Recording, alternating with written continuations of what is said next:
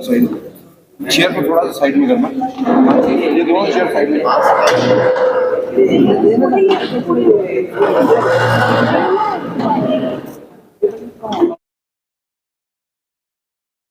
जो क्योर हो गए उनके लिए भी एक सेकेंडरी ट्रीटमेंट लोगों के इसमें देखी गई है। इसके लिए हम लोग ये मूवमेंट चला रहे हैं। सो ये नेशन वाइड हमारी मूवमेंट रहने वाली है, जहाँ पे हम लोग अवेयरनेस क्रिएशन करेंगे। बिकॉज ये एक मेंटल ट्रॉमा भी रहता है पेशेंट के लिए, खुद के लिए और फैमिली के लिए भी। हम लोग ने देखे है कि बहुत से इम्पैक्ट इसका ऐसा रहता है कि प्रोफेशनल लाइफ में भी काम पे प्रमोशन नहीं मिलते हैं, शादियां कैंसिल हो जाती है, या रिलेटिव्स आउटकास्ट कर देते हैं।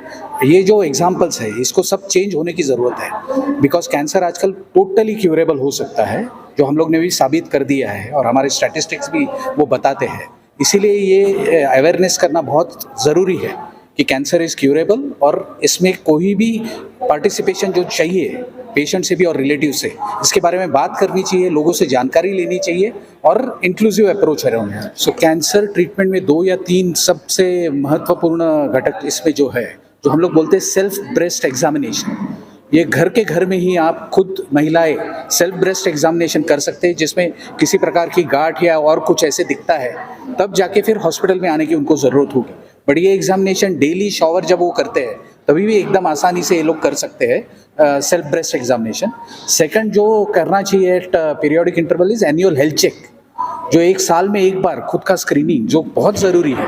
बेसिक टेस्ट करने के बावजूद भी ये पता चल सकता है अपने को। मैमोग्राफी है, पुरुषों के लिए PSA टेस्ट जो हम लोग बात करते हैं, ये पूरी टेस्ट की जानकारी अगर हॉस्पिटल में आके करवा लेते हैं तो ये अर्ली डिटेक्शन हो सकता है। और जितनी जल्दी कैंसर डिटेक्ट होता है उतना ही कॉस्ट कम रहता है और क्वालिटी ऑफ लाइफ बहुत ज़्यादा बढ़िया होता है उससे। नंबर बढ़ने के पीछे एक रीज़न ऐसा है कि आजकल स्क्रीनिंग प्रोग्राम बहुत ज़्यादा हो रहे हैं।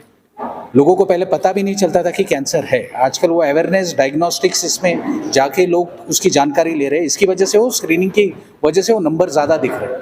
बट हमारी एक ही सोच है कि ये ज़रा अर्ली डिटेक्शन होना चाहिए। लोगों ने अस्पताल में या खुद की जांच करने के लिए, और एक जेनेटिक इंडिस्पोजिशन जो रहता है, हेरिडेटरी रहता है, जिसके फैमिली में ऑलरेडी कैंसर था, उसको ज़्यादा खबरदारी लेनी चाहिए। लाइफस्टाइल मॉडिफिकेशन जो हम लोग बात कर रहे हैं, हेल्दी कैसे रह सकते हैं, खाने, diet, mindful thinking, mindful eating कैसे कर सकते हैं, ये सब घटक उसमें लाना जरूरी करते हैं। Anything in excess is worst.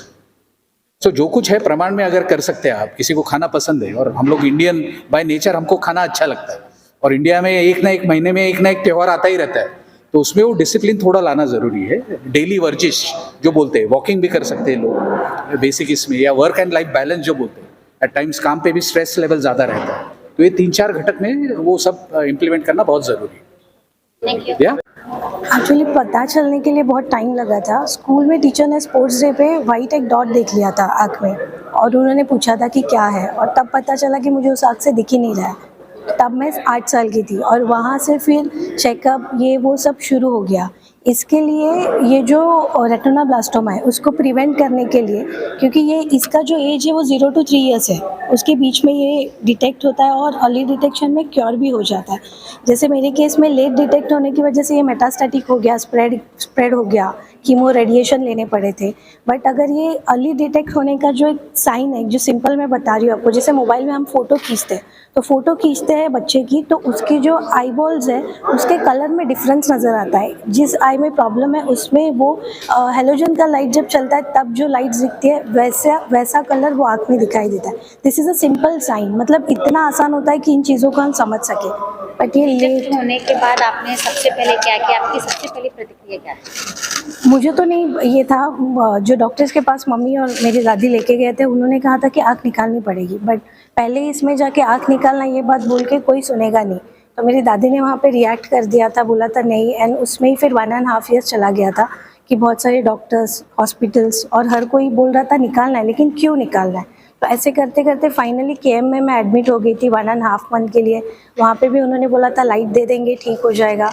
But उसके बाद जो आई ने शेप ले लिया था, मतलब जैसे हम नॉर्मल ये स्पेक्स लगाते हैं वहाँ तक आँख टच हो रही थी, ग्रे वाइट अलग ही कलर हो गया था, ट्यूमर इतना बड़ा हो गया था। और रास्ते में चलते मेरी दादी एक्सपायर हो गए, तो वो एक अलग फेस था। रास्ते में एक औरत ने देख लिया, बाद में पता चला कि वो सोशल वर्कर थी। उन्होंने पूछा क्या हुआ, तो मम्मी ने बताया कि कुछ डिटेक्ट नहीं हो पा रहा है। फिर वो जो जसलोक में लेके गए, तो वो डॉक्टर ने देखते ही बोला था कि अगर ये नहीं निकाला तो within a week tumour blast हो जाएगा और फिर केस बहुत ज़्यादा कॉम्प्लिकेटेड हो जाएगी। वहाँ पे भी फिनेंशियल कंस्ट्रेंट था, बट दो through that social worker and hospital help तो हो गया। आँख निकाल दी, विद इन अ वीक कान के पास एक गांठ आ गई थी।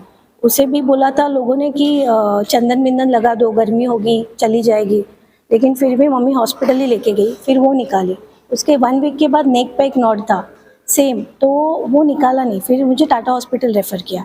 फिर टाटा में पता चला कि वो स्प्रेड होता चला गया। फिर वहाँ पे बताया था कि कीमो और रेडिएशंस लेने पड़ेंगे। अपने समाज के नज़रिए को किस तरह से फेस किया, लोगों को क्या कहना चाहेंगे? लोगों ने जब भी देखा मुझे और मेरी मम्मी को तो ये बोला कि बेचारी लड़की, एक तो लड़की जात है, एक आँख नहीं है, क्या होगा। वो जो आवाज़ होती है ना, क्या कुछ नहीं, लाइफ नहीं है, मतलब एक स्पॉइल हो गया है सब कुछ, क्या होगा, कौन शादी करेगा। क्योंकि हमारे सोसाइटी में क्योर होना, ठीक होना, सक्सेस होना, उससे ज़्यादा सबसे ज़्यादा इम्पोर्टेंट देता है शादी कौन करेगा। तो उस बात को लेकर ही लोगों ने आज तक देखा या उस तरह से ही ये किया। बट एक खुद को प्रूव करने के लिए, जो मैंने बोला कि उगम मेरी लाइफ का टर्निंग पॉइंट है, वो इसीलिए है क्योंकि उगम में आने के बाद ना मैंने और भी जो सर्वाइवर्स हैं उनको देखा और तब रियलाइज़ किया कि मैं अकेली नहीं हूँ, और भी है। तो ये बहुत बड़ी बात नहीं होगी है, लोग डायबिटीज़ के साथ ज़िंदगी निकाल देते हैं, तो कैंसर कौन सी बड़ी बात है। आज आपने कैंसर को भी हराया, प्लस आप अपना एक मुकाम बना के रखी हैं। ऐसे महिलाओं को क्या संदेश देना चाहेंगे? ये नॉट ओनली फॉर औरतें बट सारे सोसाइटी को ही, क्योंकि एक कैंसर विनर्स को जब आप देखते हो तो उसे ऐसे मत देखो कि अरे ये बेचारा है या ये बेचारी है, इनसे ये नहीं होगा, ये नहीं कर सकते। वो जज करना, वो सिंपत्ति देना, ये बहुत ही गलत है। और यही हम इंडियन कैंसर सोसाइटी उगम की तरफ से कर रहे हैं। जैसे ट्रीटमेंट पूरा हो जाता है, लाइव सोसाइटी में आ जाते हैं, जो इश्यूज़ है, जो कंसर्न्स है, उसके लिए ही वो एक प्लेटफॉर्म दिया है जहाँ पे आके बात कर सके, शेयर कर सके।